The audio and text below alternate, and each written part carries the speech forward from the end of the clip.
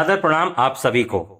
Brain grow के इस telepathy and mind reading training program के 13वें दिन के सेशन में मैं आपका बहुत बहुत स्वागत करता हूं।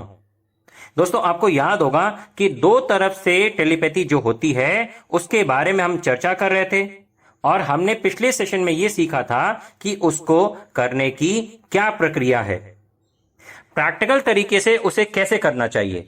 अब जब आपने टेलीपैथी की दो तरफ की प्रक्रिया को सीख लिया है तो आप इसका अभ्यास 1-2 महीने तक करेंगे और हो सकता है इस दौरान आपको उतनी सफलता ना मिल पाए।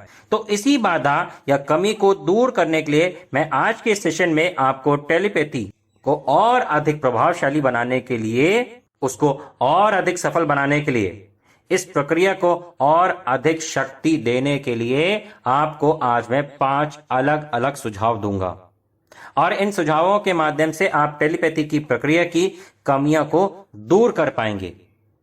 तो आइए आज के सेशन की शुरुआत करते हैं। तो पहला सुझाव यह है, आपस में भूमिकाएं बदलना। अब इसका मतलब आपको समझाता हूं। जब भी 2 वे टेलीपैथी होती है, एक व्यक्ति संदेश को भेजता है और दूसरा व्यक्ति उस संदेश को प्राप्त करता है। तो यहां पर इसी चीज को आपको अदल बदल करना है। मतलब प्राप्तकर्ता संदेश भेजने वाला बनेगा और संदेश भेजने वाला प्राप्तकर्ता बनेगा। तो इस प्रकार से आपस में दोनों व्यक्तियों को अपनी भूमिकाएं बदलते रहना है। अब मैं बताता हूं इसका कारण क्या है। जब एक व्यक्ति संदेश को भेजने और संदेश को प्राप्त करने दोनों में निपुण हो जाता है, तभी वो टेलीपैथी की प्रक्रिया को और प्रभावशाली तरीके से कर पाता है। तो उदाहरण के तौर पर, मैं किसी को संदेश भेज रहा हूं तो मुझे संदेश भेजना भी है और समय समय पर संदेश ग्रहण भी करना है। मुझे दोनों भूमिकाएं निभानी हैं। इससे क्या होगा, मेरा दिमाग का जो स्तर है, जो शक्ति है, वो और बढ़ेगी और मैं टेलीपैथी को और अधिक प्रभावशाली तरीके से कर पाऊंगा।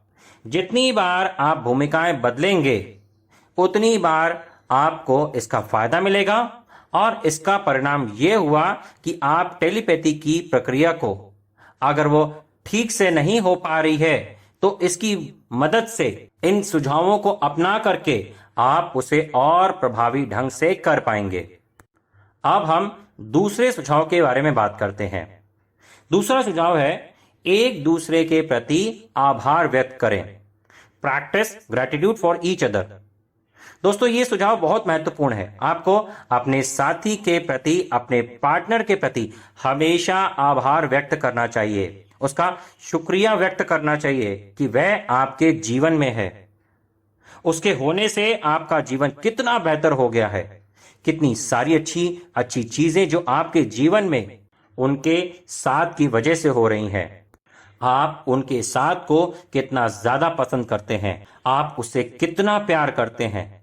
तो आपको ये कैसे करना है, आप जब सवेरे उठेंगे तो सवेरे उठते ही तुरंत आपको एक कॉपी ले लेनी है और उस कॉपी में अपनी इन सभी भावनाओं को लिखना शुरू कर देना है। साथ ही साथ आपका जो पार्टनर है उनके बारे में जो जो अच्छी बातें हैं, जो जो पॉजिटिव क्वालिटीज हैं, उनको भी उस कॉपी में लिखें।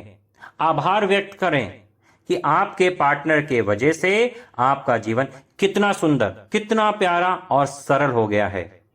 फिर आपको अपनी आंखों को बंद करके अपने मन में भी इस भावना को महसूस करना है कि आप अपने पार्टनर के प्रति कितना आभार, कितना ज्यादा ग्रेटिट्यूड व्यक्त कर रहे हैं। तो ये भावना सवेरे उठकर एक कॉपी में लिखकर या डायरी में लिखकर और अपनी आंखें बंद करके अपने मन में भी महसूस करनी है। इसे अवश्य करना है। ये प्रक्रिया बहुत महत्वपूर्ण है क्योंकि टेलीपैथी की प्रक्रिया में अगर ग्रेटिट्यूड होता है, खास तौर पर 2 वे टेलीपैथी में दोनों व्यक्तियों के बीच, तो टेलीपैथी की जो प्रक्रिया है उसका प्रभाव फलस्वरूप और अधिक बढ़ जाता है। अब बात करते हैं तीसरे सुझाव के बारे में। तीसरा सुझाव है, एक दूसरे के प्रति समझ की भावना को और अधिक बढ़ाएं। अब 2 वे टेलीपैथी में 2 व्यक्ति हैं आप और आपका पार्टनर, दोनों व्यक्तियों के बीच जो आपसी समझ होनी चाहिए वो आपको और बढ़ानी है, उसे एक उच्चतम स्तर पर लेकर जाना है। दोनों व्यक्तियों के बीच जो समझ है वो जितनी शक्तिशाली होगी, टेलीपैथी की प्रक्रिया भी उतनी ही अधिक सफल होगी। अब यहां पर आपको क्या करना है, एक सरल सा तरीका बताता हूं। आप रात को सोने से 1 घंटे पहले कोशिश करें कि अपने साथी के साथ समय बिताएं, उसकी भावनाओं को समझें, उसकी सोच को समझें, उससे बातचीत करें। जीवन के बारे में वह क्या सोचता है, आपके बारे में वह क्या सोचता है, इस बात को समझने की कोशिश करें। जितना अधिक आप एक दूसरे को समझेंगे, उतना ही अधिक इस समझ के कारण आपके टेलीपैथी के जो कनेक्शन है वह भी बढ़ जाएंगे। तो कृपया इस बात को ध्यान रखें कि आपको एक दूसरे के प्रति समझ की भावना को और अधिक विकसित करना है। अब हम चौथे सुझाव के बारे में बात करते हैं। चौथा सुझाव है, अचानक से दिन में कम से कम एक बार उन्हें टेलीपैथी संदेश भेजें। अब यहां पर मेरा कहने का अर्थ यह है कि आपको दिन में किसी भी समय अचानक से एक बार अपने पार्टनर को या अपने साथी को कोई भी एक संदेश भेजना है। छोटा सा संदेश, जैसे कि नमस्कार, आप कैसे हैं, या फिर आप क्या कर रहे हैं। संदेश कुछ भी हो सकता है और आप देखेंगे कि धीरे धीरे क्या होगा, जैसे ही आप किसी संदेश को भेजते हैं अपने साथी को, वह आपके पास आएगा और आपसे पूछेगा कि क्या आपने संदेश कोई भेजा था। आप इस बात की जांच भी कर सकते हैं। मैं आपको ऐसा करने के लिए इसलिए कह रहा हूं क्योंकि यह भी एक प्रकार का अभ्यास है। जितनी बार आप अलग अलग समय पर छोटा छोटा संदेश भेजकर टेलीपैथी की प्रक्रिया को बार बार दोहराएंगे, आप उसे उतना ही अधिक प्रभावशाली तरीके से कर पाएंगे। तो अचानक से कम एक बार, आप ज्यादा बार भी कर सकते हैं, 2-3 बार भी कर सकते हैं, 4 बार भी कर सकते हैं, लेकिन बहुत ज्यादा बार नहीं करना है। कम से कम एक बार आप उन्हें टेलीपैथी के माध्यम से संदेश भेजें। अब हम बात करते हैं सुझाव नंबर 5 के बारे में। यह आखिरी सुझाव है। इस 5वें सुझाव में यह है कि अगर आपको टेलीपैथी के संतोषजनक परिणाम नहीं मिल पा रहे हैं तो आपने अपने पार्टनर या अपने साथी को अलग अलग प्रकार के सामान या वस्तु की छवि को भेजें। तो दोस्तों, ये तो आपको पता है कि टेलीपैथी 1 या 2 दिन में नहीं होती है। इसमें समय और अभ्यास की आवश्यकता होती है।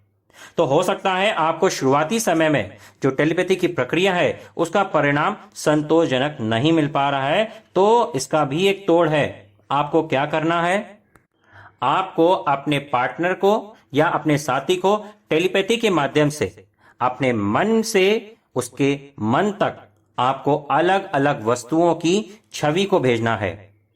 अब ये छवि कुछ भी हो सकती है, किसी फल की, कोई सामान की, कोई चाबी की, किसी घड़ी की, या अन्य किसी वस्तु की भी वो छवि हो सकती है। ऐसे ही आपको बदल बदल कर वस्तुओं की छवि को भेजते रहना है।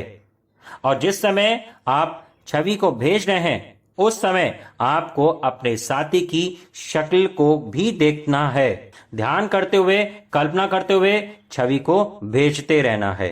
तो इस प्रक्रिया को करते हुए आपको यह फायदा मिलेगा कि आप दोनों के बीच जो संपर्क है वह और भी बढ़ जाएगा और टेलीपैथी की प्रक्रिया और अधिक प्रभावशाली हो पाएगी।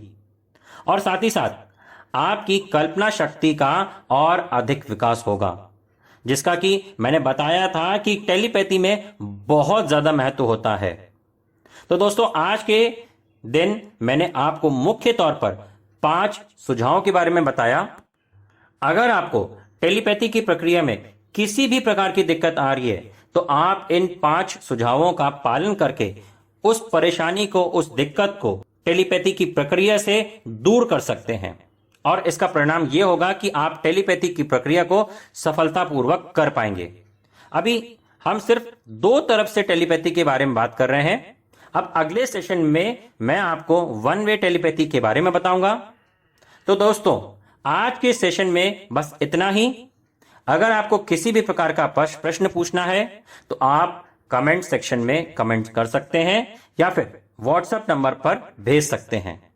ब्रेन ग्रो की टीम की तरफ से आपका बहुत बहुत धन्यवाद। Thank you so much.